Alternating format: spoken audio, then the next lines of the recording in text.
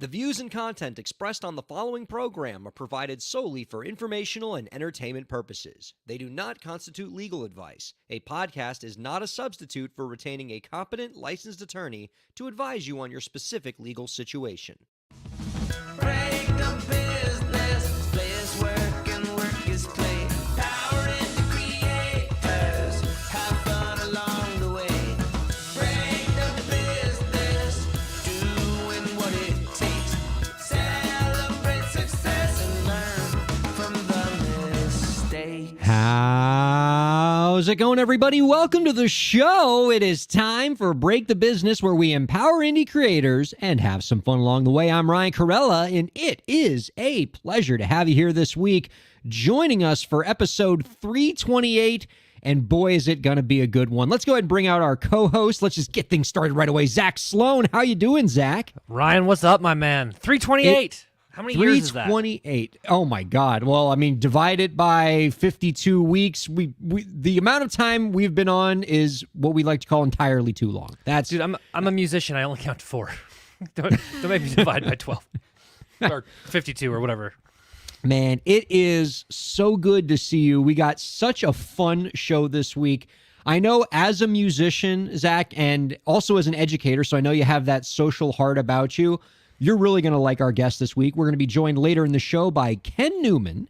He is a musician and a magician, by the way. I think if we wanted to if you're keeping score at home, that is our first ever magician on Break the Business, almost positive. I actually see him in the virtual green room right now doing card tricks. But in addition to being a musician and a magician, he's also a social entrepreneur. He is the founder of the Bay Area charity Blanket the Homeless, uses music to help the unhoused population in the Bay Area. Excited to talk to him all about that. A lot to like about this guy. We were talking to him before the show, Zach. He was putting you in a good mood. He's a great dude, man. I mean, the guy was cracking me up, and also he's doing good things out there. I don't want to spoil it, but he's a good cat. Yeah, this is a fun one. I got to tell you, man, we got a lot. We're Break the Business. We're on something of a guest heater for the next few weeks, okay? Like starting with Ken Newman and going forward, we got some super cool guests. Ruby Greenberg's coming up next week. Terrific Colorado-based indie folk artist right from your neck of the woods. 2 weeks from now, are you familiar with the musician Robert Randolph, the pedal steel guitar player and of the Robert Family Randolph? Band? And Why am I not co-hosting that episode? You drew the short straw, man. Did I offend you, Ryan? What did I do wrong? Dude, you are welcome to crash. Yes, in 2 weeks, we will have Robert Randolph from Robert Randolph and the Family Band joining us, and just so many more guests after that. Next few weeks are going to be great, people. Don't go And we're anywhere. on Twitch, so this is living forever, and I'm gonna sound clip that and be like, you said I could show up, man. I have an invitation. That's going to be a fantastic one. Yeah, so as you can see, like, I got a smile on my face because the future of Break the Business looks quite bright, as is the present of Break the Business, because we actually have a listener question, Zach, that I wanted to ask you about because you're particularly well positioned to answer it. But before we talk about this, before I give you that listener question, something tickled me in the news as a copyright lawyer. And while it doesn't particularly have to do with empowering indie creators, although it kind of does because the person making this is something of an indie creator, I had to talk about this because this just appeals to me as a copyright lawyer. All right? Don't do it, man. I know where this is going, and I'm terrified. You are? Yeah. I mean, because I've only been talking about this incessantly on Twitter. I'm obsessed with it. Let me begin at the beginning, Zach Sloan. I'm closing my eyes. In 1787, our founding fathers, I'm taking it all the way back. Our founding fathers wrote this little document, you might have heard of it, deep cut, known as the Constitution. And within that magnificent document was something an equally magnificent known as the Copyright Clause. And the Copyright Clause gives Congress the power to enact copyright law. And it has 3 words in that clause which are so important to this present conversation. It has the phrase, "for limited times," which means that Congress, when making copyright law, can't let that copyright last forever. No matter what laws that Congress makes with respect to copyright, eventually those copyrights have to fall into the public domain, which means all the works of art that people create, eventually those works belong to all of us. And all of us can do whatever we want with those copyrighted works. Case in point, we smash cut to 2022 on January 1st when beloved children's bear, Winnie the Pooh, found his fluffy self into the public domain this year. And I find out this past week that a filmmaker has already taken advantage of this and has given us, Lauren, can you go ahead and put the picture up on the screen here for us? An upcoming film known as Winnie the Pooh, Blood and Honey. It's what the founding fathers would have wanted. Zach, for the radio audience, can you describe the pictures of Winnie the Pooh and Piglet that you see before you? Because it's not the Winnie and Piglet that you might be accustomed to. In a word, no. Well, I wouldn't do that to your listeners. That's not fair. I think the best description actually was when we first got on looking at this. It's like a hellscape version of Bebop and Rocksteady from the original Ninja Turtles. Yeah. Winnie the Pooh looks more like a cross between the lovely cartoon character we know and Mike Myers from Halloween, the movie. Very just terrifying. The fact that that's Piglet really disturbs me. They gave Piglet tusks. Has tusks and, as near as I can tell, is about to eat a child. Yes. That's what I can tell. I mean, we don't know much about this movie yet because there's no trailer. All we have are some news reports. But what we do know is that this movie is going to be a slasher horror film. And I'll just quote from an article here from Digital Spy that provides some of the synopsis, okay? At the start of the film, Christopher Robin as a child looks after the animal-human hybrids Pooh, Piglet, and Eeyore. Yet, as he grows up, he neglects them and abandons them, leaving them to grow into feral beings. As the years gone on, they've struggled to survive, getting to the point where it was so dire and there was no food in the forest for Pooh and Piglet, they make the tough decision to kill and eat Eeyore. Basically, this is a slasher film. Pooh and Piglet go on a murder spree because Christopher Robin neglects them. This is what the founding fathers wanted, Zach Sloan. This is why they added those 3 precious words for limited times into the copyright clause so we could get the scariest freaking version of Pooh and Piglet that I have ever seen. Okay, and for our audience who are just listening, the ticker that's running is God bless the public domain. I don't think God has blessed anything here. This is ridiculous. Okay, but all jokes aside, like, I get it. Like, there is a reason for public domain. Elvis's stuff is coming up pretty soon, right? Is it coming up soon? I forget. Oh, but Elvis? No, Elvis is still, I mean... But it's just, 70 years plus the life, right? So... Well, actually, now help me out, Ryan. Help me. So this is your expertise. The current copyright duration is life of the author plus 70 years. Okay. But that's not the duration. That only applies to post-1976 copyrighted works. What currently applies for the pre-76 works is I think it's a copyright term of, I want to say 95 years.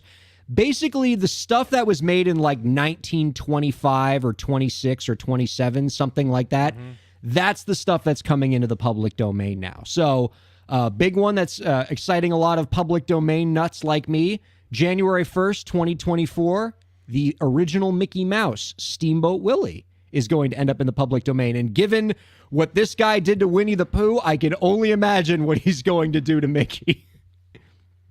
But oh my God, why? Now this is actually an important thing because we're laughing about this as well. We should, because it's easier than being afraid. We have to laugh to keep ourselves from screaming because those are really frightening pictures of Pooh and Piglet. There is an important consideration with public domain that I think this filmmaker has to be careful of, because even though the original Winnie the Pooh story, and thus the original Winnie the Pooh fictional character, is going into the public domain, that is all that's going into the public domain. So that original 1926 Winnie the Pooh that we know, or rather is looks very different than the Winnie the Pooh that maybe you remember from your childhood. The gold bear with the red shirt, digging through the honey thing that spells Hunny. That's a more modern version of the bear that has not gone into the public domain yet. Similarly with Mickey Mouse, the Mickey Mouse that you and I know, with the white gloves, and he's kind of, he's a little chunky, and he's wearing the pants and everything. Looks very different from the Mickey Mouse that's going to be going into the public domain from the Steamboat Willie cartoon in the 1920s. And so what people need to remember, if you are waiting for a certain beloved children's character to go into the public domain so you can make a horrifying slasher flick out of them, make sure that the character that you are appropriating is the original version that's going into the public domain and not the more modern one that might still very much be under copyright. So we could potentially get a racist Mickey Mouse slasher movie, but not a modern Mickey Mouse. That's right. It. The one that looks like he's straight out of a minstrel show is going into the public domain, but the more PC version is... So, I mean, another great example of this is Sherlock Holmes. Word. So the very first Sherlock Holmes book, A Study in Scarlet, I believe is in the public domain now, but there are some later Sherlocks that I think are still under copyright, and thus you cannot use those stories until they fall into the public domain.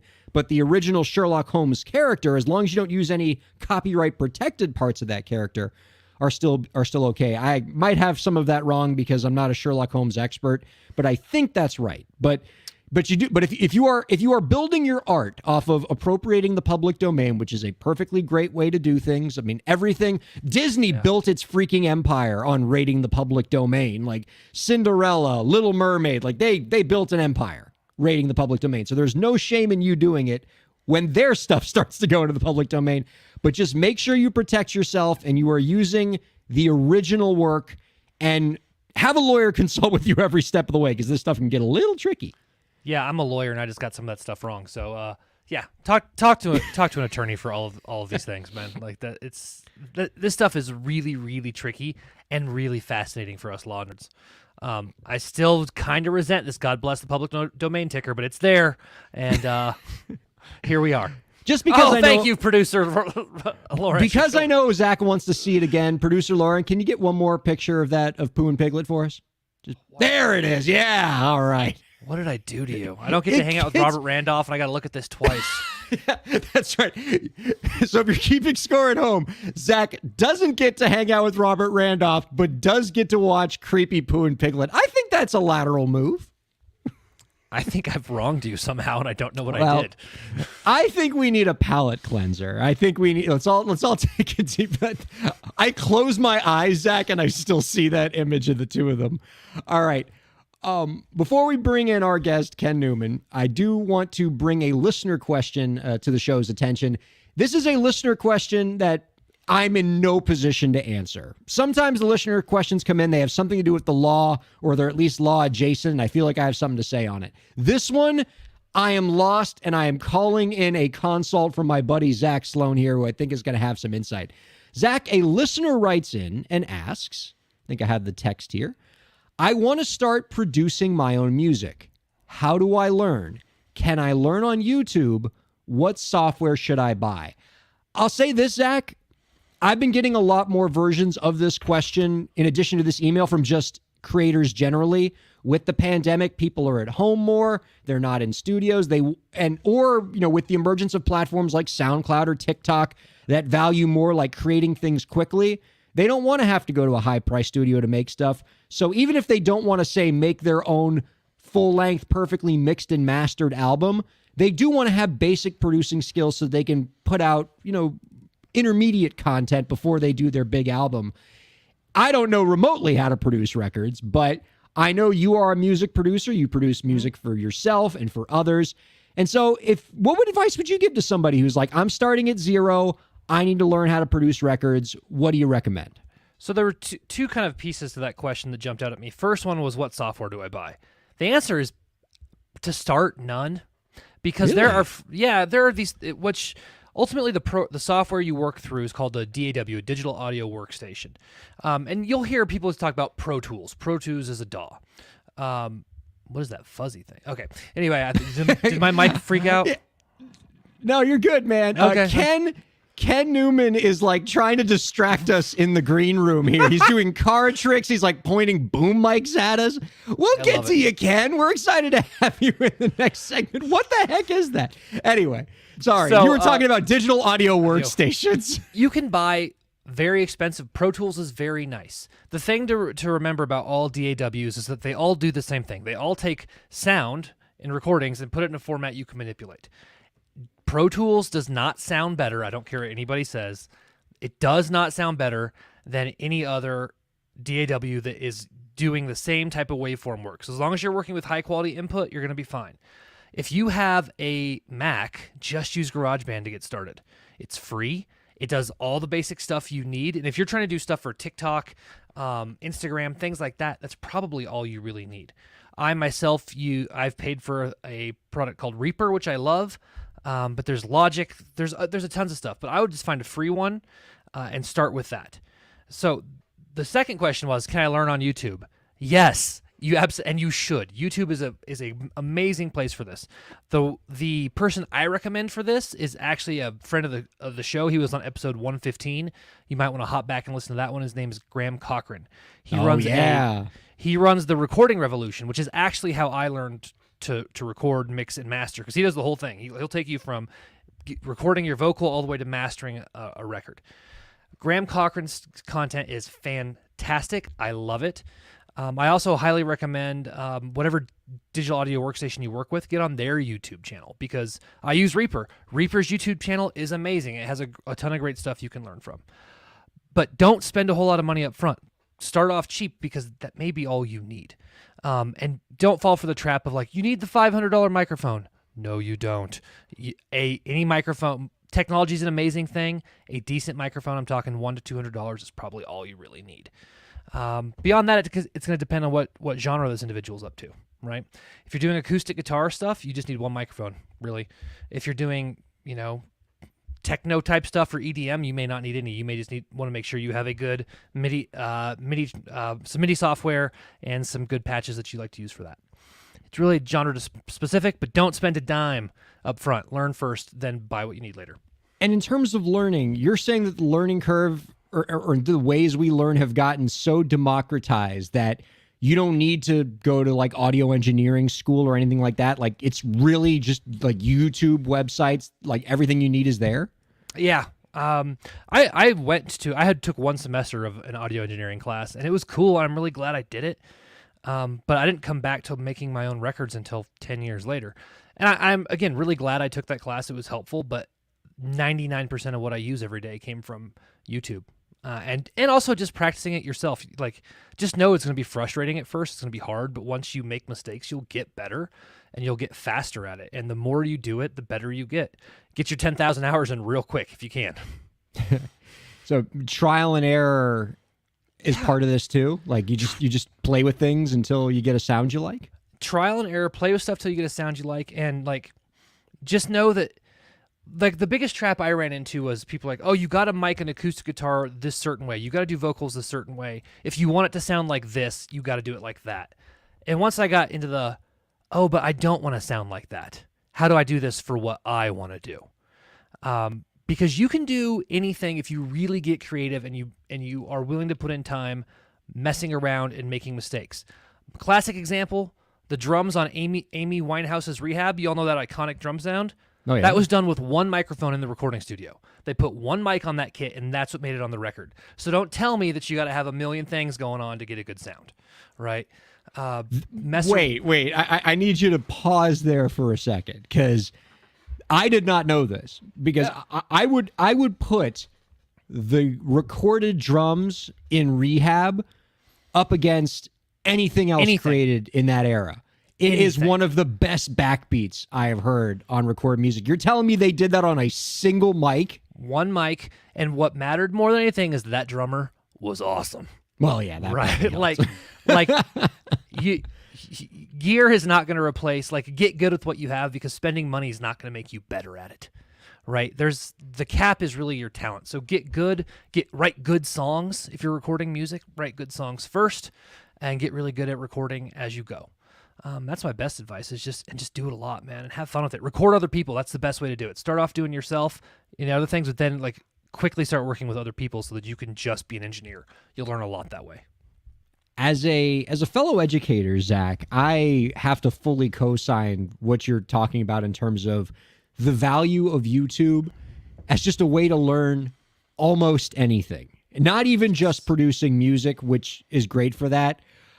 In my own personal life, just last week, all right, taking this to the legal profession, I had a trademark issue that I was trying to sort through. Something with the trademark office website, where if you've ever worked with the trademark office website, it is a GD nightmare. Okay? It sucks. It looks like it was built with GeoCities. It probably was.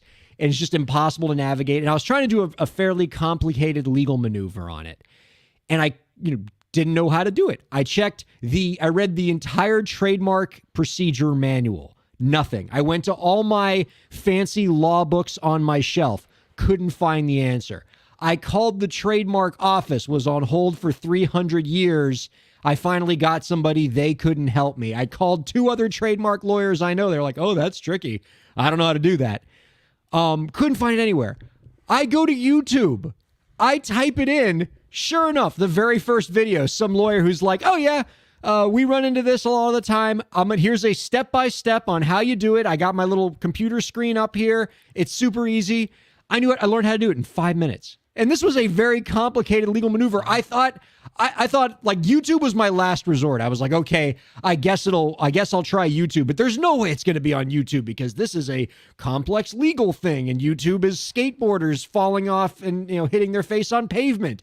And it turns out that they also have lawyers that can explain complex trademark procedure. Yeah. And when you're setting up your recording studio at home, one of the things that will ultimately frustrate you, especially if you're on a PC, is getting your audio interface to work properly. And that's the thing that you connect your microphones to your computer, and so that it moves the microphone signal to the signal your computer can use. Just get on YouTube to see how to set that up, because that is way faster than reading the stupid manuals. The manuals don't make sense. Get on YouTube. YouTube is no longer my last resort. It's my starting point. You are so right about this. In fact, if I'm making my power ranking of the most indecipherable things ever written, number 2 is the trademark office website. Number 1 with a bullet is any DAW's instruction manual. They suck. They all suck. I don't know why do they make it so hard? I know the answer to that is that the people who write the manuals aren't actually using the software. That would be my guess. Because you'll get into these manuals, and especially the audio interfaces. It really shouldn't be that complicated, but it's just they go through these steps that aren't necessary, or they prepare you for things that aren't realistically going to happen. So get on YouTube and you set that stuff up. That's the best way to do it. In fact, I think Graham Cochran on the recordingrevolution.com has a guide on setting up a home studio, and I think he has you do it for less than $300 or something. Oh wow. It's fantastic, and I think you can do it for less than what he says if you were willing to put in a little bit extra time. So it's 100% doable. Yes, use YouTube. Don't buy anything until you absolutely have to. A decent microphone is your good starting spot, and a good cable. Is there any other piece of equipment? Let's say you've moved 30% along in your producing journey, and you're starting to get some reps. You're starting to figure things out, and maybe you got a little bit of money on your pocket to spend. Let's say you got $1,000 budget. Where do you think the best place to put that money is? Is hardware side, software side? What would you do in that same situation? So one thing is, once you get good, your initial user or your initial interface, audio interface will usually have 1 or 2 inputs, meaning you can run 1 to 2 microphones into your computer at a time. If you want to record drums, and again, you can record drums with 1 microphone. It's possible. I like to do it with 6 to 8 microphones when I do drums behind me. You might want 5 to 7 more than Amy Winehouse. Yeah, and really that's just a function of I'm not as good as that producer. I'm not as good, so I throw more stuff at it. Upgrading that so that you can have more inputs going at once. So if you want to record, pianos or drums or things like that, having more than 2 inputs is really, really helpful. Having microphones that do different things, and again, don't break the bank on this. I have a vocal microphone I really love, right? I also have little pencil condensers. They are literally about twice the size of a tube of lip balm that I use for the overheads on drums. Having mics that do specific things. A Shure SM57 is an unbreakable microphone that you will put on on snare drums, on guitar cabinets, everything. You can sing into them. They sound great. Upgrading a few mics, but again, you don't got to go buy a $10,000 Neumann. You just don't. The mics I'm talking about are all sub $500. Beyond that, I mean, if you then wanted to upgrade your DAW software to something maybe a little nicer, you could. But frankly, for most people, GarageBand's all you need. I mean, I am in awe of what GarageBand does. I think the only knock that I see on GarageBand, unless they've changed this, but because we used to record Break the Business on GarageBand back before StreamYard was a thing and everything else. And the only knock I had on GarageBand at the time was it didn't record in multi-track. Like, it had multi-track, but you couldn't record multiple tracks simultaneously. Like, you had to record the vocal part. And then, once that was done, you could record a guitar part, but you couldn't record them as separate tracks. Now, for most first-time producers, when you're doing basic projects, you don't need to record in multi-track. Right. But I could see how a lot of creators might eventually outgrow that. That being said, you're always hearing stories about some artist creating some amazing viral hit, and it's just on GarageBand. And not even just GarageBand on their phone. Yeah. In fact, let me plug Graham Cochran one more time. He has an entire video of I recorded, mixed, and mastered an album using just my iPhone. Or not a single, excuse me. Just to prove that you could do it. So really the thing I always tell myself when I'm about to spend more money is I have more technology in my laptop than the Beatles ever had. So it's not money that is the problem. It's talent. If I am creative, I will be better. And so keep that in the back of your head. Like, creativity comes first, stuff comes second. That's right. You have more technology than the Beatles ever had and more drum mics than Amy Winehouse's production team had when they made the greatest drum backbeat of this millennium. Yep. Oh, man. That's but really tremendous. Zach, before we go to break, now that people are all impressed by your producing prowess and your musical prowess, I know you got some music projects of your own coming down the pike. Can you tell us a little bit about them? Absolutely. So I am the lead guitar player in the band Dear Marcia. You can also find my solo stuff out and about in Spotify, but Dear Marcia is the main focus right now.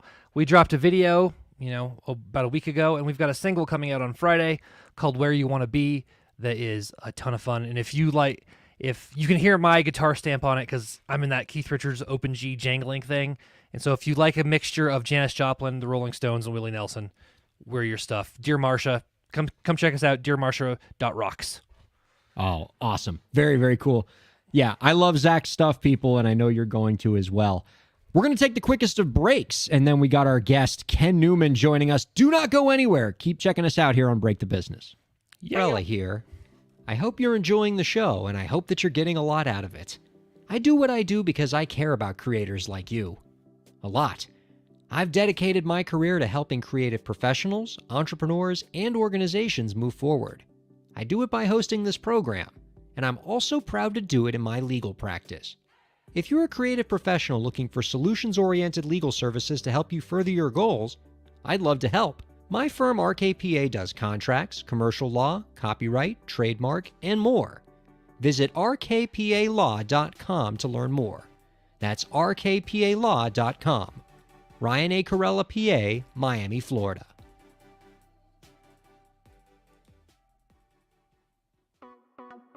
Streaming services for Break the Business provided by LEK Entertainment. LEK Entertainment is a full-service entertainment company offering everything from consultations to full-scale events and productions, including audio and video productions, voiceovers, staged theatrical productions, script and music development, and streaming services. For more information, visit lekentertainment.com. LEK Entertainment wants to help you bring your story to life.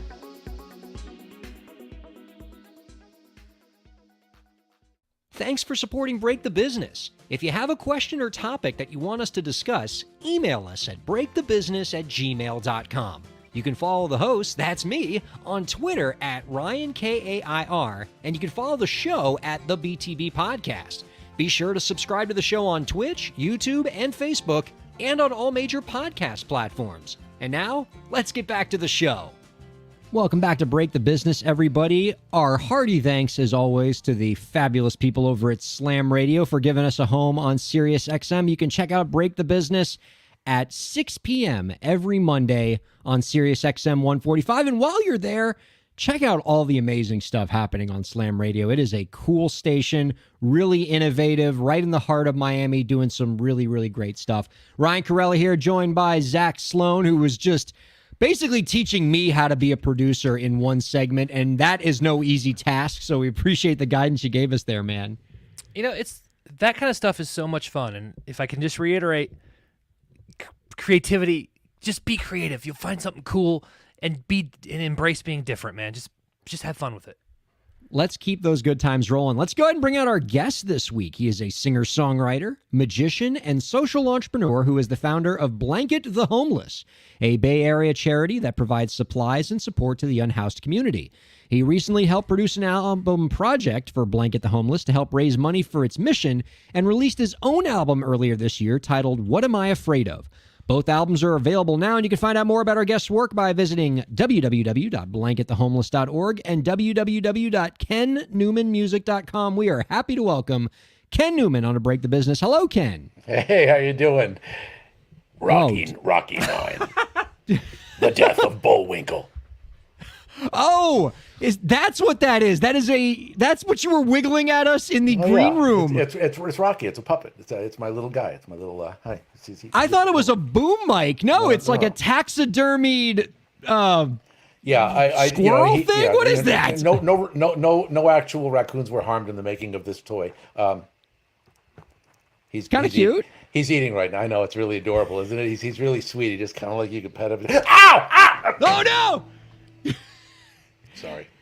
No, I very much appreciate that. I have to tell you, those were two of the most disgusting things I have ever seen, and I've seen some disgusting things on my computer screen. Trust me. But though, how? I just want to imagine all of these guys sitting around in the room throwing out concepts, right? And they're just going like, I don't know, Winnie the Pooh, he's got this really kind of pristine, sweet, fluffy image. Can we zombify him? No, zombies are done. What else can we do? I don't know.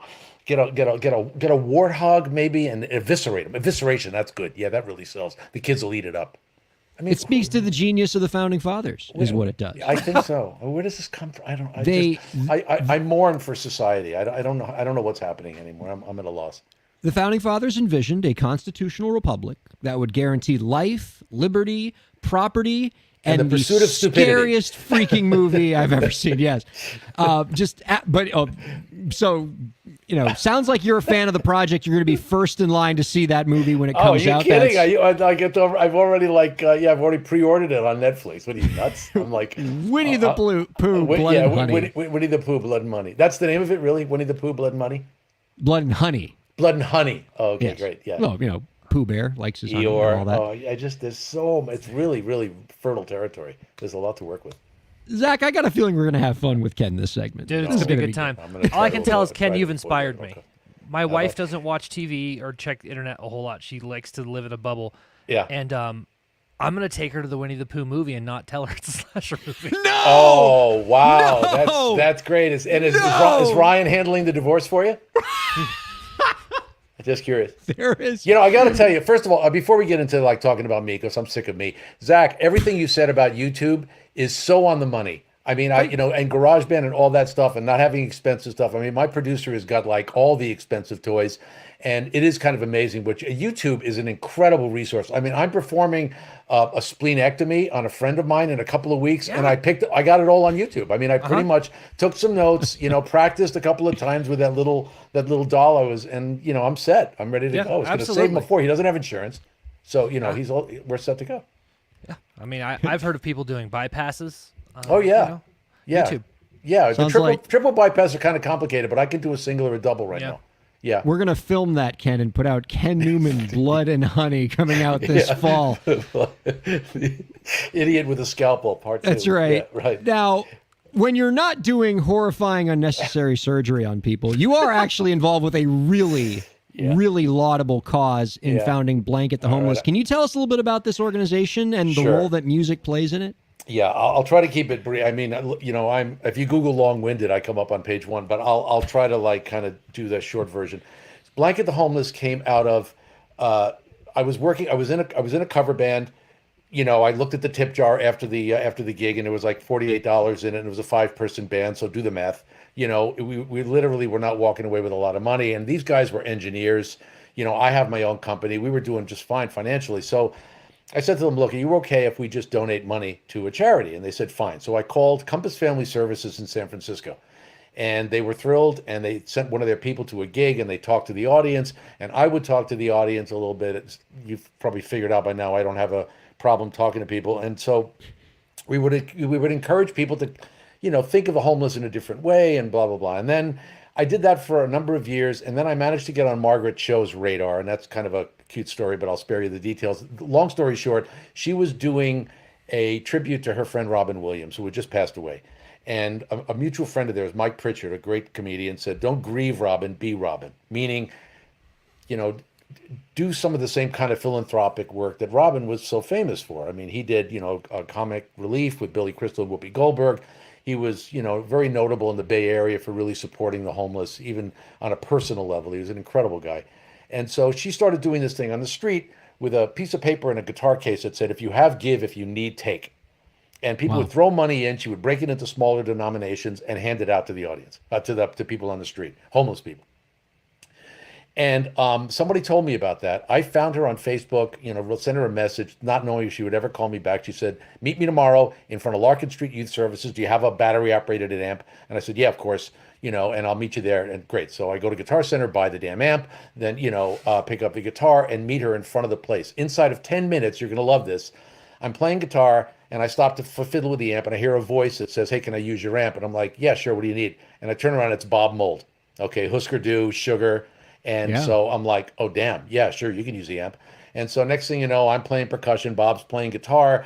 Roger Rocha comes along, he was with Four Non Blondes with Linda Perry and Mia Simmons, who was in an incredible punk band in the Bay Area called Frightwig. She's there and all these other musicians. And suddenly we're this ad hoc street band performing, busking on the street, with huge crowds, people dumping money into the thing, people showing up with 50 pounds of pasta and all this other stuff. So we did that for about 8 months.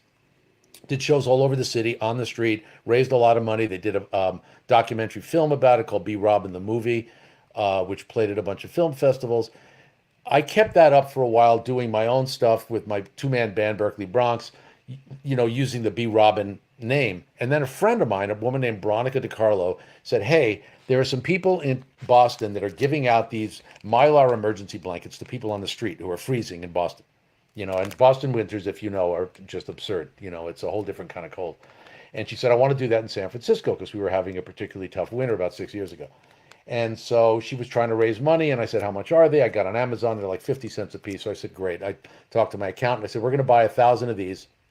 I gave her 500 and I took 500 and I would bring them to gigs and start throwing them out to the audience. Say, look, on your way home, instead of just blowing past some poor guy on the street and ignoring him, just say, hey, I don't have any money, but take this. This will keep you warm tonight. About a month or so later, I was walking around downtown. There was this young girl playing ukulele, singing these incredible songs. Her story was she'd been homeless. Her music got her off the streets. I invited her to come to a gig. I paid her to perform. She told her story. People are crying their eyes out. Now suddenly the tip jar's got $300-400. A guy at the bar writes a check and matches that. And then, some company is doing a matching donation thing. Suddenly organizations are getting $800, $900, $1,000 from a little gig at a club in San Francisco. Wow. So I realized this thing's got some legs. And she says, in addition to emergency blankets, people could actually use gloves, socks, hats, stuff like that. So I said, all right. I said to my accountant, okay, we're going to buy some more stuff. And $5,000 later, we had 1,000, enough to fill 1,000 of these plastic bags with socks, gloves, hats, condoms, hand warmers, and stuff like that. And then during COVID, of course, masks, T-shirts, Cliff Bars that were donated by the Cliff Bar Company. Then there was a woman that I knew who had also been homeless, who had some graphics arts ability. And I said, hey, do me a favor. I'll pay you if you will research in San Francisco all the places to get free food, shelter, medical services, pet services, mental health, blah, blah, blah. We'll print it on waterproof paper, include that, come up with a logo, stick it in the bag, and now we've got something to brand it. And we've given out about 9,000 of these over the last 6 years. We're now part of St. Vincent de Paul Society, which is a big international nonprofit that allows us to not have to be a nonprofit ourselves. And then, so when people donate or buy the album or whatever the donation is, it funnels through St. Vincent de Paul, and people get the advantage of a tax-deductible contribution. And the thing about it, and real quickly, the idea of this turned out to be way more than just giving somebody stuff on the street. Somebody on the street once told me that worse than the cold and worse than the hunger was the feeling that they were becoming invisible. And he actually used that word, I am becoming invisible, which really struck me. And I thought, and I knew what he meant. Somebody else had told me he did an experiment one morning. And he asked 100 people, he just said to 100 people, good morning. And I said, yeah. And he said, yeah, 4 people said good morning back to me. I said, out of 100? He said, yeah. And he wasn't sad. He just said it. He said, yeah, that's just, yeah. And I was sad. I was crying because that's what I do pretty easily, as anybody who knows me will tell you. And, I thought, Jesus, what we need to do is not just like feed them or keep them warm, is acknowledge their humanity. And the thing that works with this that I didn't really expect, it wasn't part of the design, was I'll bring 100 of these to a gig, throw them out to the audience and say, just keep them in your bag, keep them in your trunk, whatever, give them to somebody on the street and just watch what happens. And there's a story I'll tell you if we have time, when somebody who was really kind of a snarky character who handed out 5 of these and had a real life-changing moment when he did it and he gave it to somebody and he saw the effect it had on them. It happens to me all the time. I keep them in my trunk and I'll give it to somebody. And his experience, I'll just go to that part, was the guy looked in the bag. They're standing in the pouring rain. The guy keeps looking in the bag and saying, this is for me? This is for me? Wow. This is for me. He kept repeating it over and over again. The guy's like, yeah, man, it's for you. Yeah, it's for you. And the guy starts to cry and he says, can I hug you? This is pre-COVID, so he could. And the two of them are standing in the rain hugging. And this is the same guy that was like, what's up with the blanket, the homeless packages? What are you guys doing? What is the thing? I don't get it. I don't get it. And he came back afterwards and he said, oh my God, I gave 5 of them away in a half a block. It's like, we don't see this, of course we choose not to see it. This helps us see it. So that's a very, very long answer to a short question. But anyway, I have a hard time being concise about this stuff.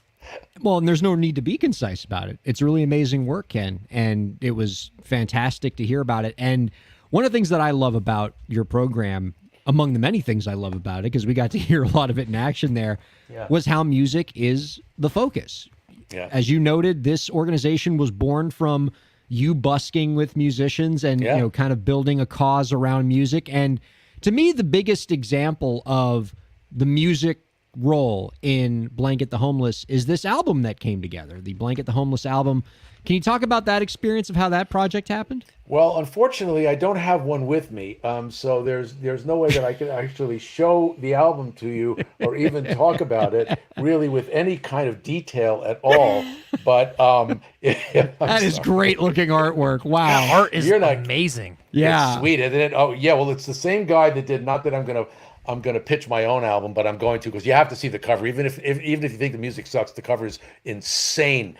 But this was an artist named Nemo, Nemo. He did the cover, with some guidance by our producer, Scott Mickelson. I'm trying to take the glare out of it. There's the back. But the thing that's most amazing, Scott Mickelson is a brilliant, brilliant producer. Zach, you would really love the work that he does. He's really got it dialed in. He made me a better songwriter, a better singer, a better everything. But he had just done a fundraiser for called After the Fire. It was an album to support people up in wine country who lost so much in one of our major California blazes. And he had said to me one day, we were talking about Blanket the Homeless, he said, you want to do a fundraiser for Blanket the Homeless? We could release it on vinyl. And I said, yeah. And I said, sure. And I executive produced it, which, if anybody doesn't know what that means, you pay for it. That's what the executive producers do. It's just a really, really fancy way of saying you pay for it. So I did, but the artists all donated their time, their talent. We flew them to our studio in Mill Valley, everybody except for like Fantastic Negrito, who also donated a track. But I mean, listen to the Stone Foxes, Tim Bloom of Mother Hips, Fantastic Negrito just won his 3rd Grammy Award. Mickelson himself donated a beautiful track. Goodnight Texas, John Craigie, Brothers Comatose, King Dream, Whiskerman, Tobias the Owl, Marty O'Reilly, Rainbow Girls, Coffins Brothers. I have a song on there, which I guess I'll be doing later. Combrio, and we released it on vinyl. We did a concert at the Independent in San Francisco, a beautiful venue, and all the proceeds from the album, which we still sell on the Blanket the Homeless website, and from the concert, support the charity. They go to buy the stuff that we put in these bags. I schedule a bunch of friends to come together. We go to St. Vincent de Paul. We get a pizza. We have an assembly line. We package up all these plastic bags and we distribute them to a number of different agencies that we work in coordination with. In addition to St. Vincent de Paul, there's the San Francisco AIDS Foundation, Harm Reduction Therapy, which does psychological, they do work around the city. And when these UPS-sized trucks where they do, the therapy sessions for people with PTSD, drug and alcohol issues, and they use these packages to encourage them to come for the session so they feel like, they're not being trapped in a vehicle. Homelessness Coalition, a number of churches, avail themselves of these packages. Pretty much anybody who wants to reaches out to me and I tell them where they can get them. So that's kind of what we did with this. So that's Nemo's beautiful work. He cut us an incredible deal on this. I encourage people to check him out because his art is just knocks me on my butt. I can't take my eyes off of how amazing that album artwork is. To me, that has like cleansed the torture that I did to my eyes in the previous segment looking at scary Winnie the Pooh and Pig. All right, well, prepare to be tortured because he also did this. Holy God. Yeah. So he, I think if you were to give him if they decide to hire him to art direction, on Winnie the Pooh, he's going to come up with something that will no one will ever touch a Winnie the Pooh doll again. But I told him, the title of the album is What Am I Afraid Of? It's obviously about how, the marketing of fear and how it's the tragedy du jour. It's what the media does to us. It's all the stuff that makes me completely insane. And this is like Where's Waldo on acid? That is nightmare fuel, Ken. Yeah, dude. I mean, there's like skeletons, there's dead bodies, there's Holocaust, there's money coming out of smokestacks. Now, the more gentle portion of it is the back. It's dedicated to my mom, who sadly passed away recently, and because she was, my love for vinyl has a lot to do with memories of her dancing to Bronny Air Stomp on Led Zeppelin 3 while she vacuumed the living room. This is a memory that I will carry with me the rest of my life. It's a beautiful memory. But I told him, I said, I want something that looks like somebody tattooing for Mom on an arm. Send him a picture, and he just went to town with it. And he's just a beautiful artist. He actually animated this thing something I could use for. You think this gives you nightmares? You should see the 30-second animation. You will never sleep again. Oh my God. Yeah, it's a nightmare. It's horrible. Either way, the visuals are outstanding. Zach, I can't be the only one who is like welcoming the vinyl comeback that we're seeing right now, if for no other reason that like we get giant, beautiful album artwork again. Oh, dude, God. There is nothing cooler than getting large art. Like that was my favorite part of getting a new album, right? Is like combing over the artwork and reading the liner notes and seeing that album cover that has a million details in it. That's the type of stuff that teenager Zach would just obsess over for hours. So I applaud it, man. I love that. Oh no, Sticky Fingers. I mean, albums, Sticky Fingers, dude. Had a zipper on the cover for crying. Led Zeppelin. I'm not Led Zeppelin's. Jethro Tull, Thick as a Brick was a whole freaking newspaper. It was a newspaper. Yeah, but I mean, Zeppelin did it too. Like all of those. Oh, Zeppelin had the little thing where you could spin it, and it with like all the little faces coming. Yeah. But that user experience of running your thumbnail down a little too fast, slicing your cuticle, opening it up, right? Remember? I did that with the White Album. I got blood all over Paul McCartney's face. As he would want. As he what he would wanted. Yeah. No, I'm serious. 4:8x10. I mean, it's that user experience cool. thing, man. It's awesome. It's cool. I love it. That's why it's expensive as hell. It was worth it to me just to be able to have that. To have the vinyl, and if I give them all away, I don't care. I mean, it's just it's the feeling of it, and the fact that people listen to it on a turntable and they hear the sizzles and the pops. That's everything for me. It's wonderful. Loving that vinyl is back and just back in our lives. I was taken, Ken, by something you had mentioned in your talking about the album and just about your organization when you said that every dime that comes in for Blanket the Homeless goes right out into the charitable cause that you're trying to support. And to me, that's just sort of a microcosm of the way that you approach your entire music career, because basically you support yourself with your corporate events production business, doing great stuff there, and it's lucrative. Yeah. And that allows you to basically do all of your earnings that you've accumulated as a musician go right to charity. So that is like your nonprofit endeavor. In a sense, yeah. I mean, it's just, like I always joke about this. I say, like, when I got into music, once I started doing this kind of work, I said, I set a goal for myself, to not make money in the music industry, which was the easiest goal I have ever set for myself. It was, I mean, and it's true. It's like, who makes money at this unless you're, touring, and you're filling up 40,000 seat arenas. So it was, it's kind of a no-brainer for me to just kind of go like, yeah, I'm going to take all the money that I make doing this because I'm really blessed. I mean, I'm a very, very lucky guy. I managed to do a lot of things that I love doing, magic and music and all this other stuff. And, corporations will pay absurd amounts of money for me to do what I do. I mean, during COVID, I had to figure out what to do when I couldn't perform live. I started producing music videos for corporate events, and I've got one that's going to go live in a couple of weeks, and they paid me really, really like crack my voice, really good money to do this, to go into one studio and in GarageBand, interestingly enough, Wow, produce, what? an 8-track thing, and you're going to love this. The guitar was tuned to Keith Richards' Open G, and that's where the hook came from. So Zach, now you're just after Zach so no, hard. I'm Zach. I'm serious. There's something. Zach, I really have a deep affection for you, and I want to talk about that off camera if we can. But in any event, so all these things came together. And I shot the video at my my girlfriend's restaurant and in my living room and put the thing together and used between iMovie and Final Cut, managed to get the thing, sent it off, and they send me this big fat check, and I'm thinking, yeah, this is how I do this. I can do this stuff. I love the work. It pays well. And so this other thing that I do, because I really do love it, I could just say, all right, that money isn't mine. That's somebody else's, and it's fine. I have no problem with it. I love that. Every week on this show, we bring on a musician or somebody in the entertainment industry that's talking about how we can allow creators to make more money as a creator. And now we have the guy on who gives all the money away from his work as a creator and is doing amazing things with music. So I love I it. lose money every time I play, but I make it up in volume. There's it's one of my favorite expressions.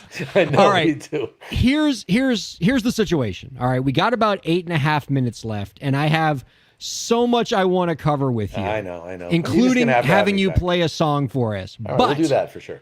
But All right. since you are the first magician we have had on Break the Business, I would be just committing podcast host malpractice to if I don't ask you if you could possibly do a trick for us on the air.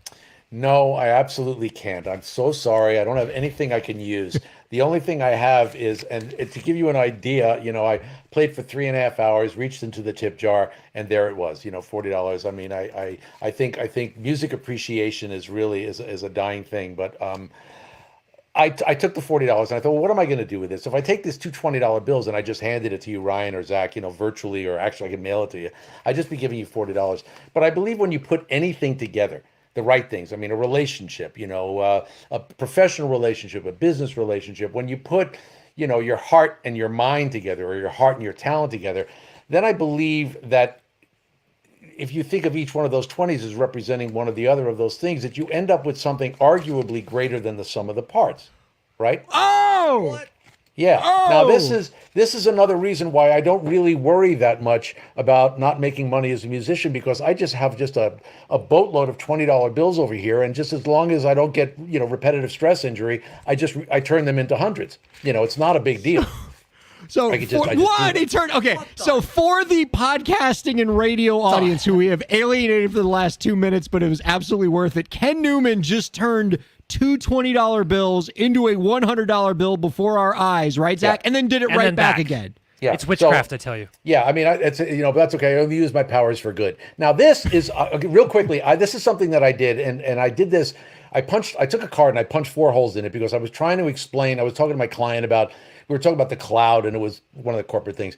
And it's about this, like how the distinction between virtual and actual is rapidly diminishing, to the point where, I mean, like over the last 2.5 years, I mean, essentially my love life was all virtual, right? I couldn't see anybody, so it was whatever you could do in the cloud, you did, right? So everything it's a gray area now, right? It's like what's real and if you look at this card and you could see me through it, you know that these are actual holes. I mean, It's got holes in it. Right, it's got real holes in it. So with that said, it's completely impossible, for example, for me to take this hole, right over here, off, right? And then put it like there. All right, that can't happen. And by the same token, I can't take this hole off, because that's a hole. It's a real thing, and I can't put that over there, or it would be all but impossible for me to take this hole down here and without, let me see if you could see that. Yeah, without even touching it, basically move it up here. Right? That can't happen. And the other thing that can't happen is you can't like have those 4 holes, which are still really holes, by the way, and I'm going to prove it because the toothpick still goes through. I can't just like snap my fingers or move my fingers around and have them all go back to where they were. Right? You can't do that. You're a madman, Ken Newman. I can't do that. All right. Oh wait my a minute. God. One more, even if you have Okay, to cut one me more, off one in the more. middle of the song. All right, the 10 of spades. All right. This is 3 of diamonds. You have to take my word for it, and this is 10 of clubs. By now, you won't take my word for damn near anything. But look, there's 3 cards: 10, 3, 10. Now, this is kind of a memory test. Ryan, you be responsible for this one. This one on this side. That's the 10 of spades. Say it out loud. 10 of spades. Very good. The other one is 10 of Zach. Clubs. Very good. And the card in the middle, 3 of. Diamonds. Very good. 3 of diamonds is the money card because it's the different card. So just think red and 2 black cards. So now, if it's safe to say that my hand is now on the 3 of diamonds, right? Yes, confirm. Okay, good. So yeah, absolutely. So I'm going to put it in my mouth. Okay, no. The other 2 cards are the 10 of spades and the 10 of clubs, right? And we agree that that's true. Okay, so we get rid of those because we don't need them anymore. This is the 3 of diamonds. It never went out of your sight. It's right there, right? So that is the most valuable thing in my hand, the 3 of diamonds, right? But I would argue, convincingly I might add, that the 3 of diamonds is not the most valuable thing in my hand because, time to suck up to the guy who produces the show, the most valuable thing in my hand is break the business. Thank you. Oh my God! So Thank you very much. I'll be he here had all the week. 3, and he flipped it around, and it said "break the business." And Exactly. It's been real. I'm out. I can't handle this. I can't. That's insane. All Like, right, now wow. it's time to get Okay, yes, sad and serious. I don't know how much we- time I have left, but You got about 3.5 minutes, but we're gonna use every ounce of it. Do it. This song is called "We Should Do This Again" from your new album. What am I afraid of? yeah, it's the one of the tracks. It's an acoustic, obviously, and it also appeared on Blanket the Homeless, and it is very much speaks to, the how I feel about the homeless situation and stuff that I learned from knowing people and getting to meet people on the street. So here it is.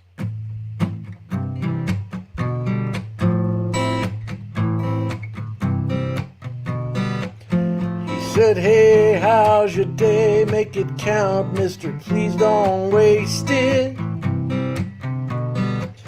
He held his cardboard sign and said, "God'll help us find our way." He said, "Life, it can be bitter or sweet, but you get to taste it. At least you get to taste it." He said, "Smile, you woke up this morning, how bad can it be?" He said, "It looks like you're looking for love, but you ain't looking at me." He said, "I once had it all, then it was all gone, like someone erased it. I guess someone erased it." You can walk on by, you can turn away. It's alright, son, if you ain't got nothing to say. I might be here tomorrow, we can do this again.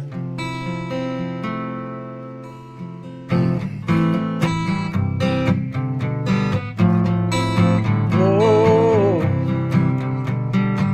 she wore a long faded dress, used to be as blue as her eyes. She said, "Ain't this a glorious day?" Like she was surprised. She said, "I just had this old song in my head. I wish I could remember.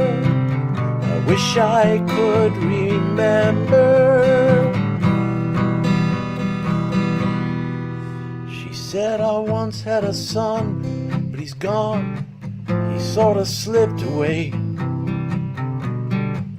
She said, "I got this old picture right here. Feels just like yesterday.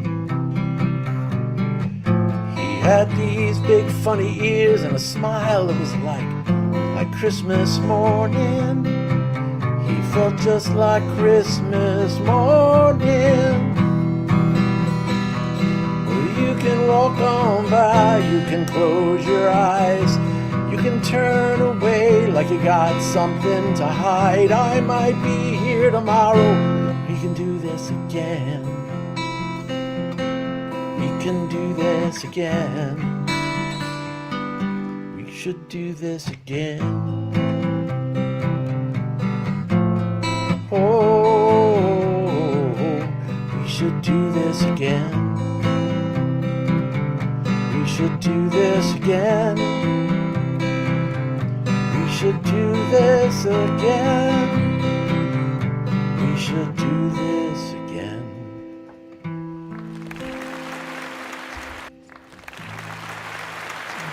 Ken Newman, everybody. Find out more about his work by visiting blanketthehomeless.org and kennewmanmusic.com. Ken, that was a treasure, man. Thank you so much for playing that for us. Oh, thank you so much for asking. I appreciate that. It's interesting to have that come on the heels of all the insanity that I perpetrated on you guys. But thanks for that. Yeah, It was absolutely worth it. We are getting the radio signal that we need to wrap up, but Yeah, I can I'm see going to the tell numbers, radio yeah. to wait because we need to get your final answer to our final question. So take us out with this if you could, Ken. Oh, gosh. Do you have any last tips for the indie creators out there to help them move their careers forward? For independent music creators. Yeah, right. yeah. Dare to fail. Just fail as much as you possibly can. And I'm going to give you one tip, one very, very good tip. There's a book written by Jeff Tweedy called How to Write One Song. And I've had the good fortune of getting to know Jeff. I met him in Chicago, and I got to meet him and his kids, and we've become, kind of acquaintances. That book is one of the most inspirational and helpful books for writers, I think, of any type out there. It's a small book.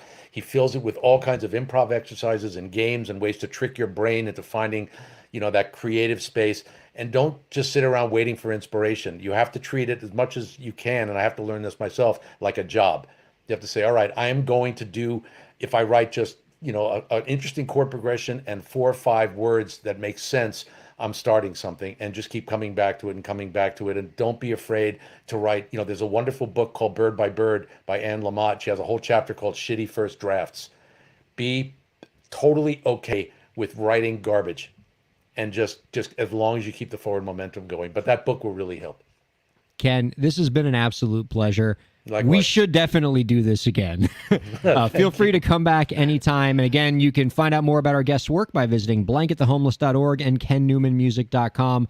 What a blast. Thank you very much for joining us, Ken. Our thanks to Zach Sloan, producer Lauren, and our thanks to all of you, viewers and listeners, for checking us out on Break the Business. We'll see you next week. Thanks. Break